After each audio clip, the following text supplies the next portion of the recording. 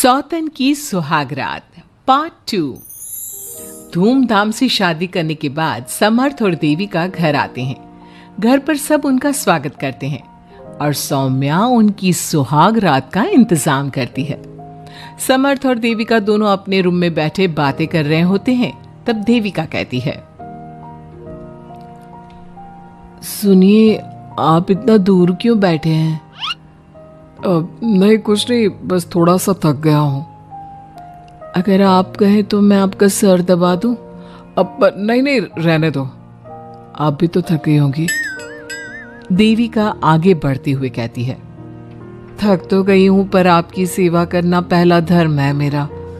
देविका झट से समर्थ के पैर पकड़कर दबाने लगती है। ऐसे ही कुछ देर निकल जाती है और समर्थ कहता है, अब रहने दो देविका, तुम भी आराम कर लो, तुम भी थकी थकी लग रही हो।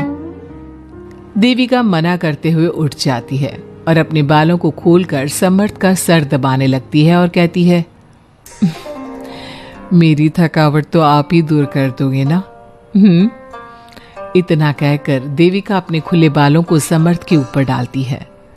समर्थ देविका के जाल में सम्मोहित होने ही वाला होता है कि अचानक से दरवाजे पर किसी की दस्तक होती है। समर्थ आवाज लगाते हुए कहता है, कौन? भाई, मैं हूं, सौम्या।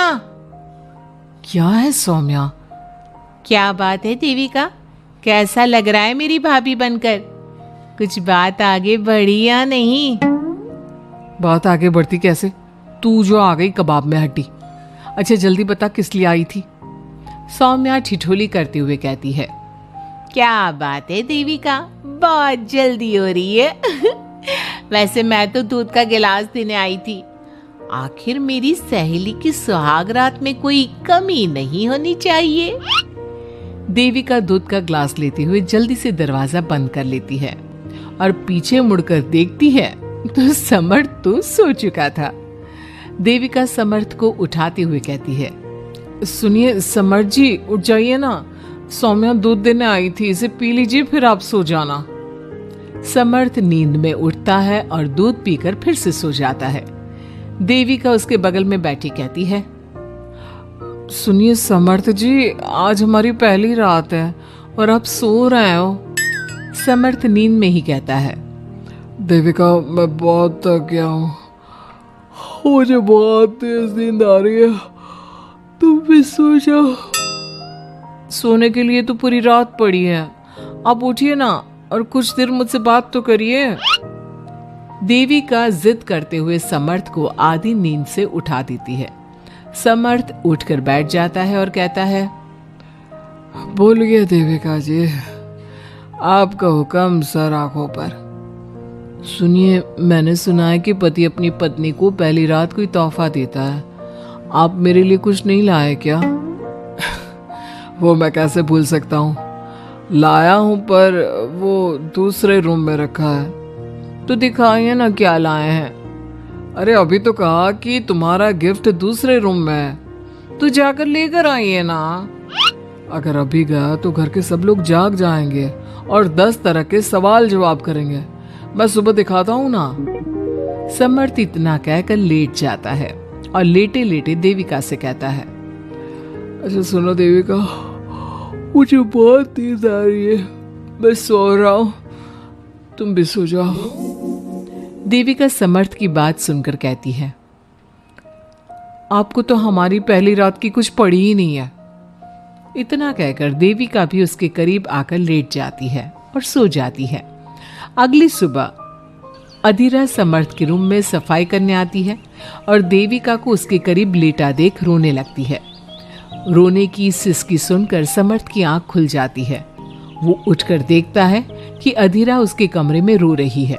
उसे देखते ही समर्थ बहुत गुस्से में आ जाता है और अधीरा से कहता है, अधीरा, तुम सुबह सुबह क्यों रो रही हो? तुम्हें यहाँ नहीं आना चाहिए था, जाओ यहाँ से। समर्थ अधीरा का हाथ पकड़कर रूम के बाहर कर देता है और कहता है, अब बिना दरवाजा नॉक किए अंदर मत आना। इतने में देविका भी आ जाती है और समर्थ को भड़काते हुए कहती है, हाँ समर्थ जी, ये रो रो कर हमारे घर में अपशगुन कर रही है, और अब ये देखो कैसे मगरमच्छ के आंसू दिखा रही है। इतना कहकर देविका अधीरा का हाथ पकड़कर घसीटती है और कहती है, अब क्या रोती रहेगी या कुछ काम भी करेगी? मुफ्त में रोटियां तोड़ने को नहीं मिलेगी यहाँ पर। चल उठ यहाँ से और कुछ काम कर। अधीरा वहां से उठकर रोते रोते चली जाती है और जाकर रसोई में सबके लिए चाय बनाती है और चाय जाकर पहले अपनी सास को देती है।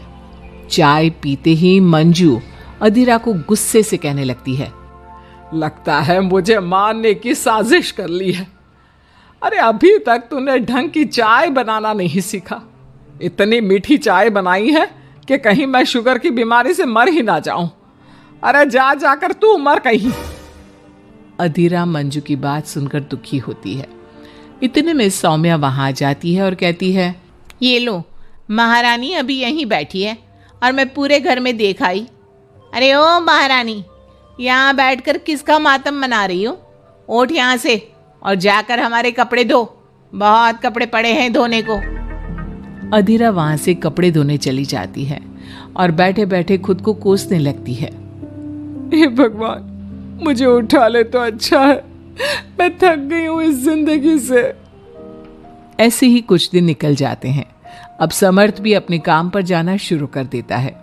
एक शाम अधीरा घर के सारे काम करके अपने रूम में आराम कर रही थी और मंजू अधीरा को आवाज लगाते हुए कहती है, अरे ओ कलमुही, अगर आराम हो गया हो तो आकर मेरे पैर दबा दे।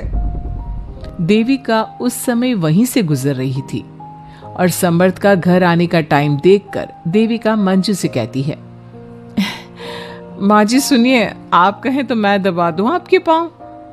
पता नहीं अधीरा कहाँ है।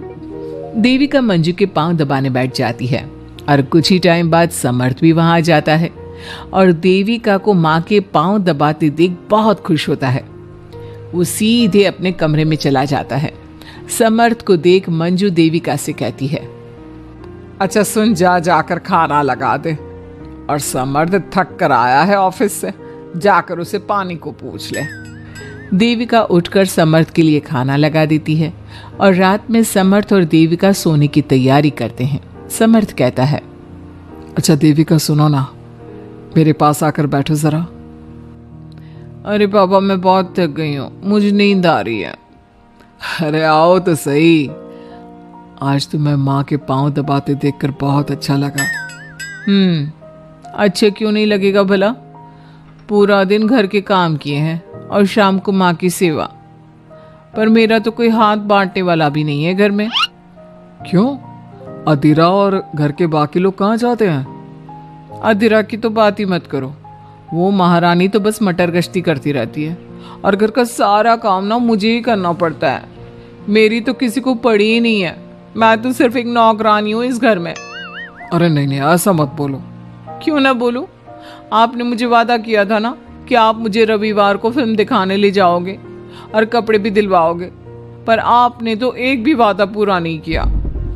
अच्छा बाबा, कल रविवार है, कल ही चलते हैं और तुम्हारी सारी शिकायत दूर कर देते हैं। खुश? दोनों सो जाते हैं और अगली सुबह समर्थ और देविका बाहर घूमने चले जाते हैं। अब समर्थ पूरी तरह से देविका के वश में हो जाता है। देविका जो कहती समर्थ वही करता। क्या समर्थ को कभी अपनी बहन और दूसरी पत्नी की सच्चाई पता चल पाएगी? अब क्या होगा अधीरा का? इसके लिए हमारे अगले एपिसोड का इंतजार कीजिए।